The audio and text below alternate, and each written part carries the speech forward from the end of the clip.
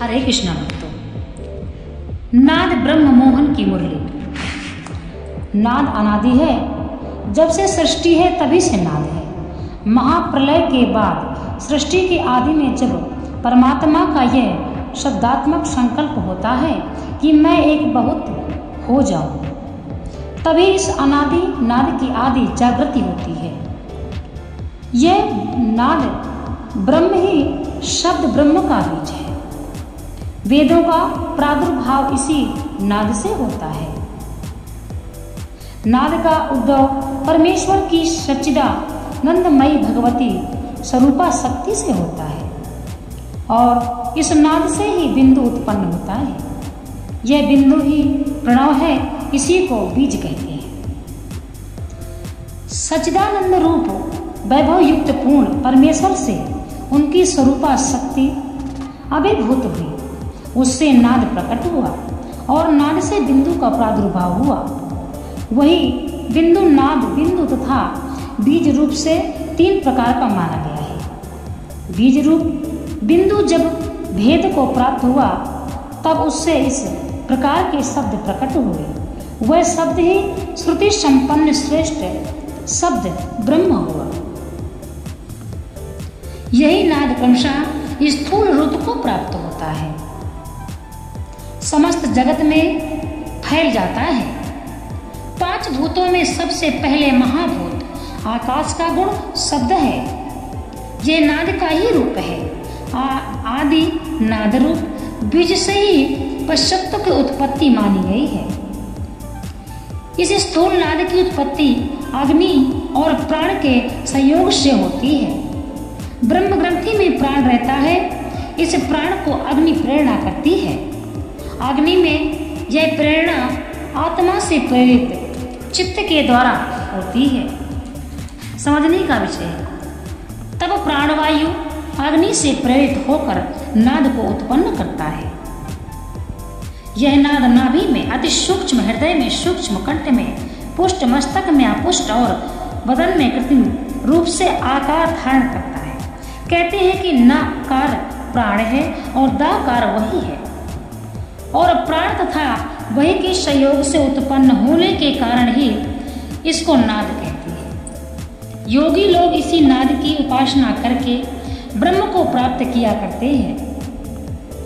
हठ योग शास्त्रों में इसका बड़ा विस्तार है।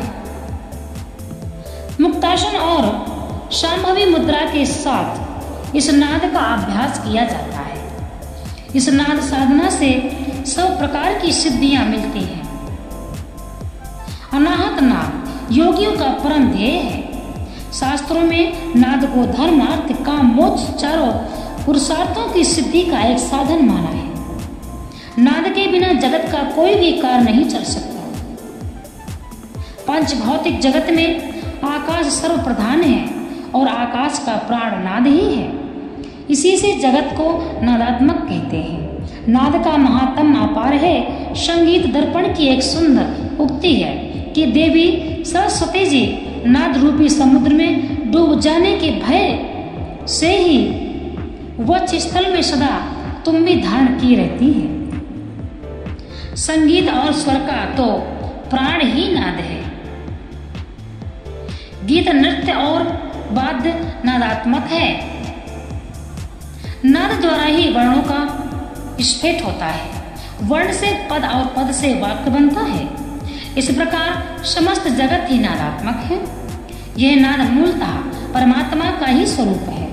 जब भगवान लीला धाम में अवतीर्ण होते हैं तब उनके दिव्य विग्रह में जितनी कुछ वस्तुएं होती हैं सभी दिव्य सच्चिदानंदमयी भगवत स्वरूपा होती है। इसी से अवतार विग्रह की वाणी में इतना माधुर्य होता है कि उसको सुनते सुनते चित्त तभी आघाता ही नहीं। यह चाहता है कि लाखों करोड़ों कानों से यह मधुर ध्वनि सुनने को मिले, तब भी तृप्ति होनी कठिन है। चिदानंद में श्री कृष्ण स्वरूप से तो इस नाद का भी पूर्ण अवतार हुआ था। श्याम सुंदर की सच्चिदानंदमयी मुरली का मधुर निनाद ही यह नादा अवतार था। इसी से उस मुरली निनाद ने प्रेम में ब्रजधाम में जड़ को चेतन और चेतन को जड़ बना दिया। मोहन के बेड़ो निनाद से ही वृंदावन के प्रत्येक आबाल वृद्ध में, प्रत्येक पशु पक्षी में, स्थावर जग में, पत्र पत्र में, कण में और अणु अणु में प्रेम आनंद भर गया।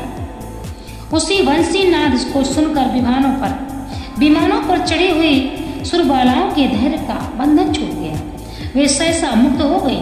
उनकी कवरियों से खोसे हुए नंद कानन के कमनीय कुसुम हठात वहां से खिसक कर मत भूमि पर गिर पड़े।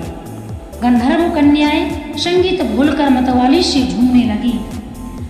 ऋषि मुनि तपस्वी परमहंस योगी की ब्रह्म समाधि भंग हो गई।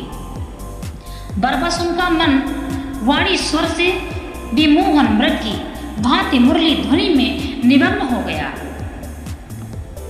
सुधारक की चाल बंद हो गई। श्री कृष्ण के उस वेणु निर्मित ब्रह्मनाद मृग का पान करने के लिए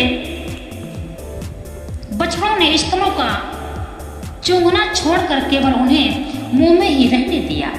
गावें चरना भूल गई। सुरम्य वृंदावन के विहंगों ने मधुर काकलों का त्याग कर वंशी ध्वनि से झरने वाले अनिवर्चनीय आनंद का उपभोग करने के लिए आंखें मूंद ली और श्रवण पात्रों का मुख उस सुधारा के प्रवाह में लगा दिया। सिंह मृग आदि वंचर प्राणी भय और हिंसा भुलाकर मुरली मनोहर को चारों ओर से घेर कर खड़े हो गए और कान तथा आंखों को अतृप्त बोध करने लगे। महसी कालिंदी अपनी अमर भुजाओं को फैलाकर परम प्रीतम का आलिंगन करने के लिए दौड़ी पड़ी। इस प्रकार दिव्य धाम की दिव्य सुधा धारा समस्त धारा मंडल में बह चली।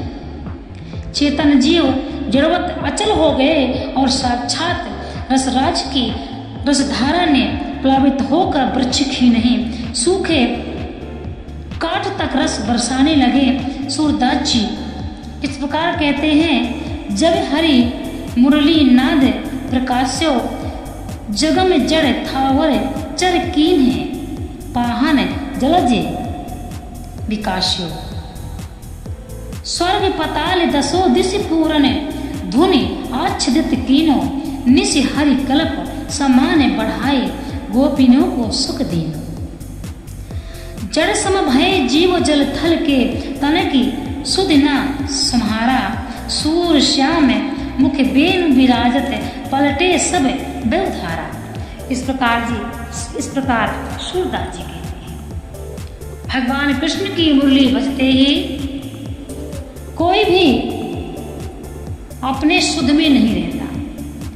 गोपियां जो भी काम करती हुए छोड़कर चल देती, गौएं घास खाना बंद कर देते, बछड़े दूध पीना बंद कर देते थे। ये भगवान श्री कृष्ण की मुरली का नाद है।